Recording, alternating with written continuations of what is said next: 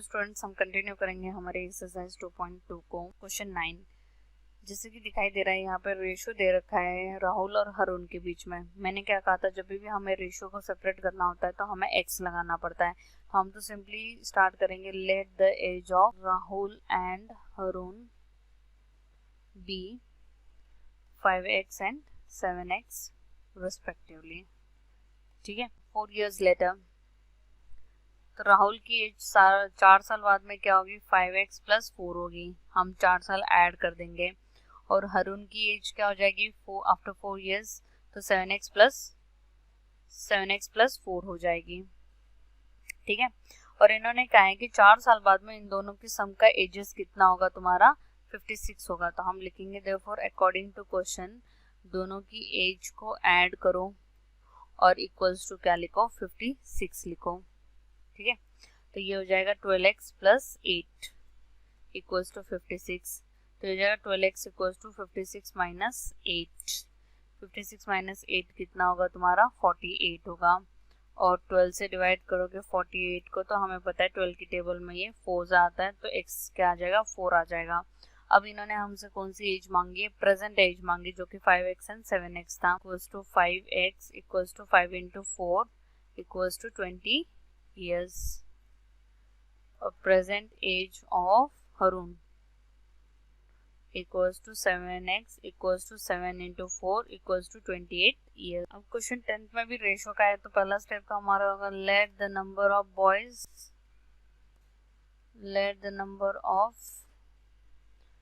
boys and girls 7x and 5x। इन्होंने क्या condition दी है तुम्हें कि नंबर ऑफ बॉयज इज का मतलब इक्वल्स टू 8, मोर का मतलब प्लस की साइन, नंबर ऑफ गर्ल्स।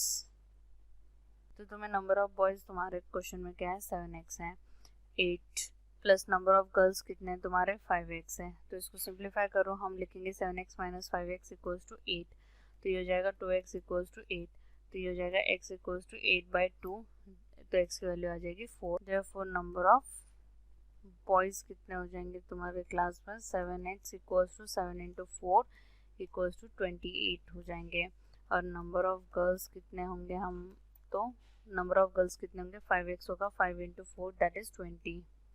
ठीक है। क्वेश्चन क्या है, टोटल क्लास स्ट्रेंथ कितनी है, तो टोटल तो इनके एडिशन होगी, that is 28 plus 20 that is 48। अब क्वेश्चन 11th में क्या है कि बाइजुंग्स father is 26 years younger than बाइजुंग्स grandfather and 29 years older than बाइजुंग। मतलब जो भी कंपैरिजन इन्होंने दे रखी है सारे बाइजुंग के टर्म्स में दे रखी है, तो हम कंसीडर करेंगे लेट बाइजुंग्स एज भी x years।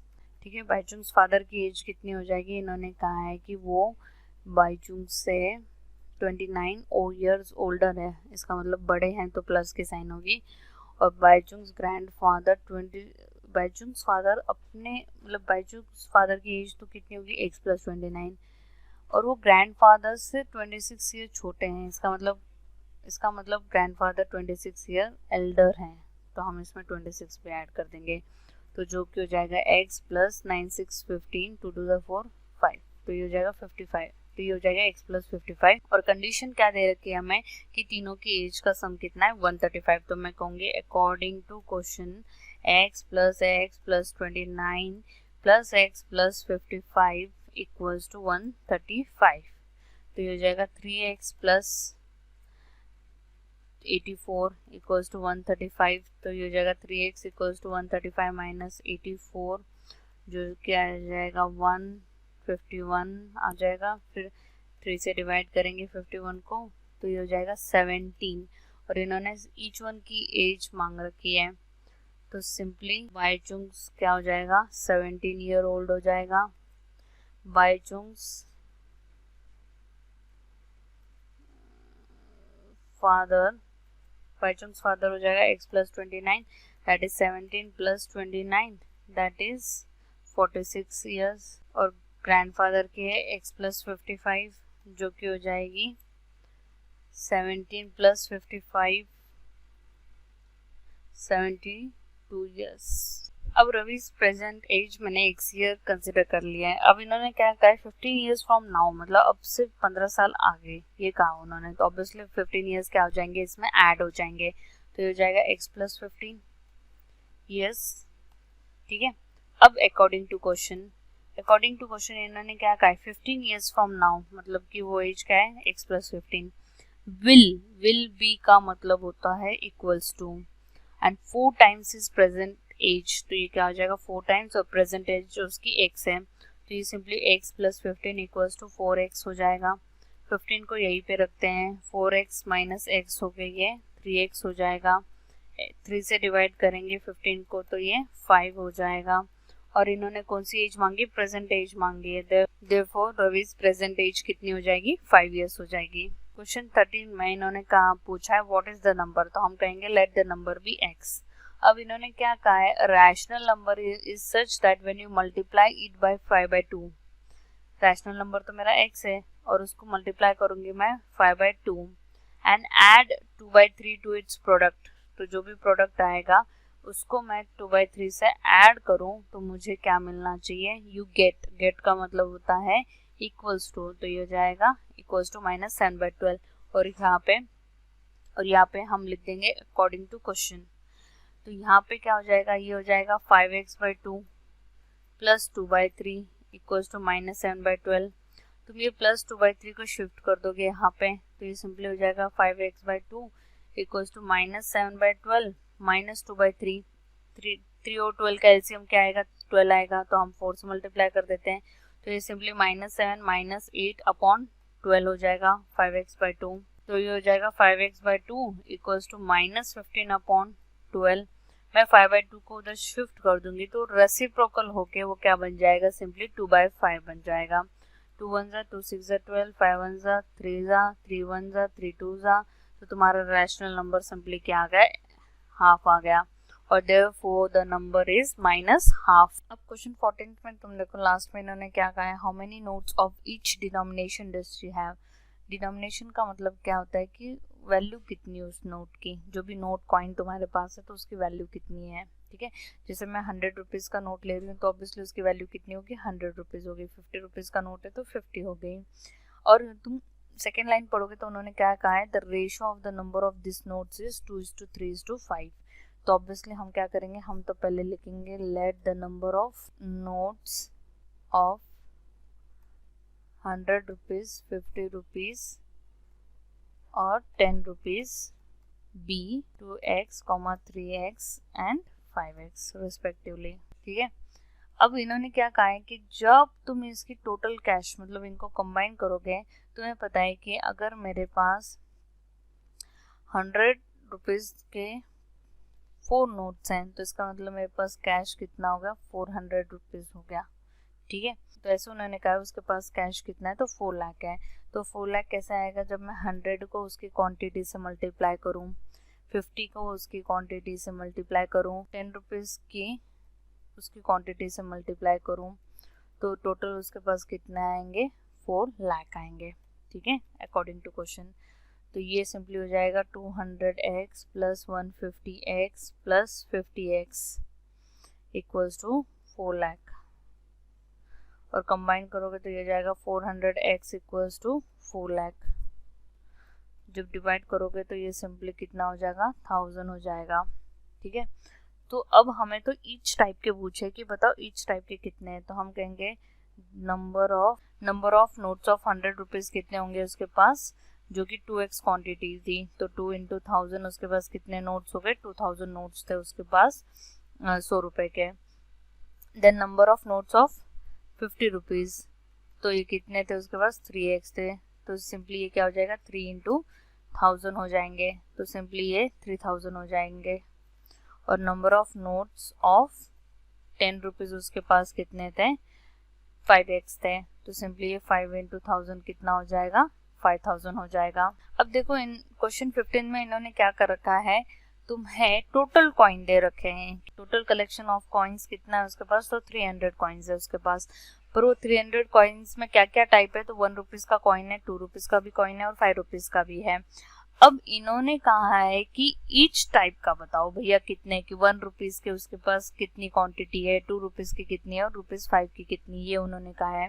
और इन्होंने सेकेंड लाइन में क्या दे रखा है, the number of 2 rupees coin is 3 times the number of ₹5 coins, ठीक है। तो इन्होंने जो भी तुम्हें कंडीशन दे रखी है वो कंडीशन इन्होंने तुम्हें 5 रुपीज कॉइन के टर्म्स में दे रखी है। तो मैं क्या करूंगी, पहले मैं 5 रुपीज कॉइन कितने हैं तो मैं x कंसिडर करूंगी। मैं कहूंगी let the number of rupees 5 be x। फिर इन्होंने मुझे कॉइन 2 की कंडीशन कर दे रखी, therefore number of coins of rupees 2, ठीक है, इज कहा है तो equals to 3 times the number of rupees 5 के जितने कॉइन्स हैं। तो रुपीज 5 के मेरे पास x कॉइन है तो ये हो जाएगा 3 टाइम्स x, मतलब 3x कॉइन्स हो गए। और टोटल कॉइन्स उन्होंने मुझे क्या दे रखे, 160।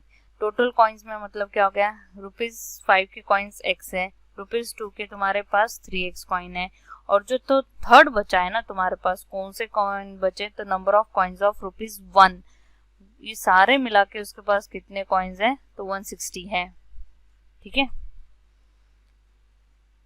तो मैं यहाँ पे लिख दूंगी number of coins of rupees 1।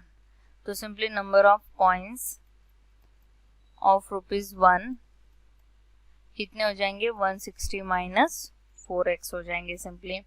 अब इन्होंने टोटल कैश बता रखा है कि वो सारे कॉइन्स का टोटल कैश मिला के कितना बन रहा है, तो 300 बन रहा है, ठीक है। तो कैश बनाने के लिए मैंने क्या प्रोसेस बताई थी, जो भी वैल्यू इनटू क्वांटिटी, तो 5 रुपीज की वैल्यू 5 है और क्वांटिटी उसकी x है, प्लस 2 रुपीज की क्वांटिटी 3x है, और रुपीज 1 की क्वांटिटी कितनी है, तो 160 माइनस 4x है, और इक्वल्स टू उसकी टोटल कैश कितना बन रहा है, 300 बन रहा है, ठीक है, अकॉर्डिंग टू क्वेश्चन।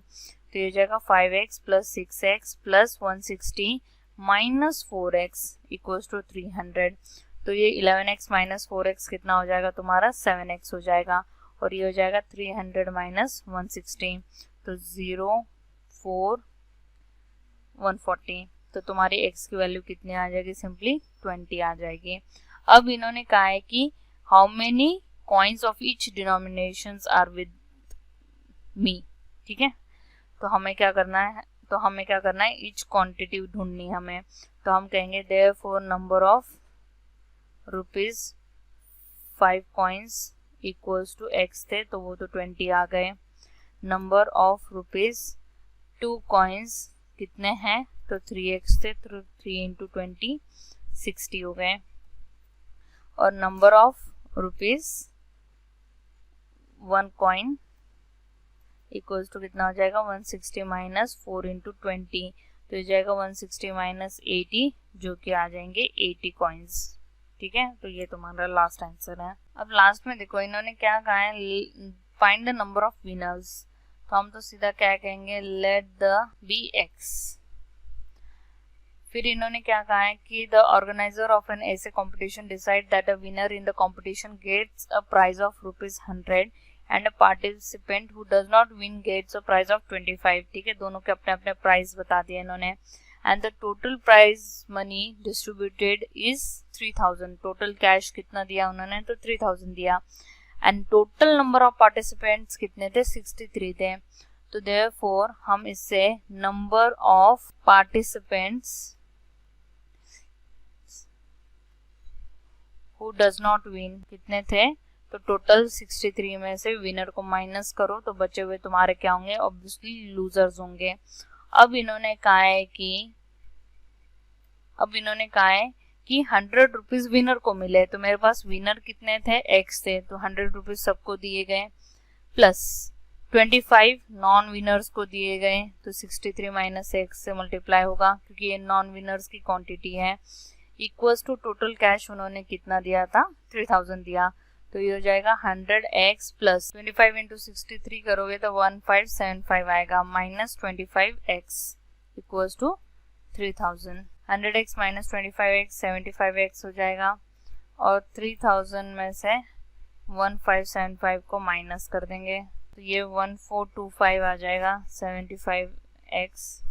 तो जब हम 1425 को 75 से डिवाइड करेंगे फिर लास्ट में हम लिखेंगे therefore the number of winners been 19, ठीक है। तो यहाँ पे हमारी एक्सरसाइज 2.2 कंप्लीट हो चुकी है। तो ये जो वर्ड प्रॉब्लम्स हैं ये तुम्हें थोड़े डिफिकल्ट लगेंगे इनिशियली, एक तो क्या करो, जब तुम टेक्स्ट बुक के थ्रू पढ़ते हो ना, तो जैसे मैंने लिख दिया is, am, was, were, get हो गया, तो जहाँ पे इक्वल्स टू की साइन आती है वहाँ पे अपने टेक्स्ट बुक पे मार्क कर लो कि यहाँ पे इक्वल्स टू की साइन आएगी जब मैं वो कंडीशन को यूज़ करती हूँ। कंडीशन अकॉर्डिंग टू क्वेश्चन जब मैं उसकी इक्वेशन बनाती हूँ तो कहाँ पे इक्वल्स टू आता है ये तुमको समझ में आ जाएगा अगर तुम अपनी टेक्स्ट बुक में अंडरलाइन कर लोगे, ठीक है, जहाँ जहाँ आता है, और इनकी प्रैक्टिस करते रहोगे। अगर क्लास 8 में तुम्हें इक्वेशन बनाना आसान लग गया तो तुम क्लास 9 और क्लास 10 में इजीली स्कोर करोगे, क्योंकि ये तुम्हारा बेस है और क्लास 9-10 में बहुत बार इक्वेशंस बनाने पड़ेंगे। वीडियो को ज़रूर लाइक करो, शेयर करो, कमेंट करो और सब्सक्राइब करो फॉर रेगुलर अपडेट्स के लिए।